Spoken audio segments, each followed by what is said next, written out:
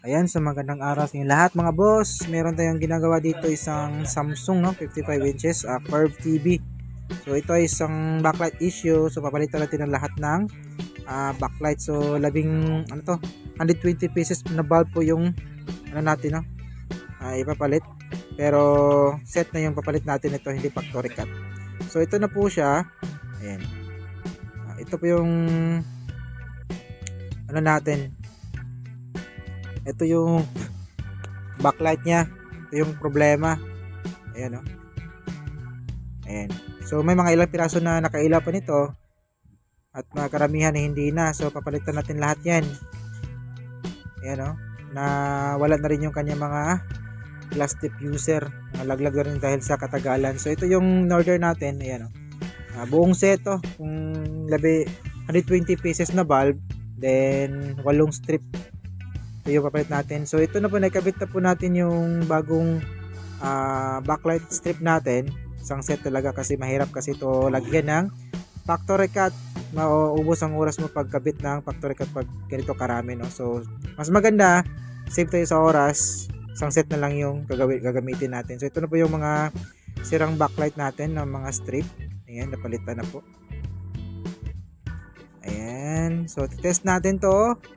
Bago natin ibalik yung mga iba pang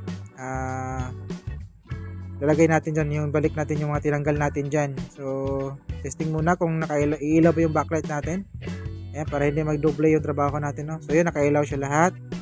Yun, no? So okay, goods. So babalik natin yung mga frame nito. Ayan.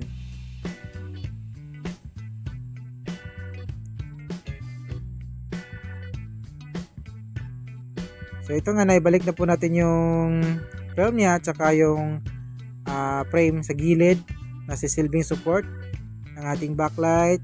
O ilawin natin ulit para sigurado. Ayun, nakailaw pa rin siya lahat. All goods. Uy, ayan, pag nag lose contact yung saksakan, hindi na namamatay yung bandang taas. So ibalik na po natin yung cover at saka panel kasi okay na yung backlight natin, pati yung stand ibalik na rin natin, no? So pasok tayo sa loob at i-test natin to, connect natin sa wifi. So ito, nag-set na tayo ng password sa ating wifi para magamit natin to bilang smart TV at i-play natin ng matagal para mai-test natin kung tatagal ba yung bagong backlight na ipinalit natin, no? Ayan, so antayin nyo lang at nagsiset muna tayo sa password ng ating wifi para maging ready na yung unit natin.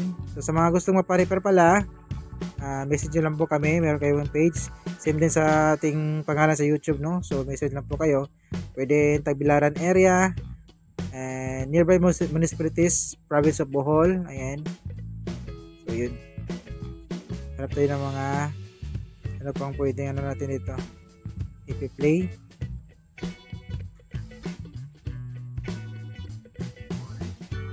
Natin, medyo loading yung so ayan, salamat at nag-loading na siya. Bye bye.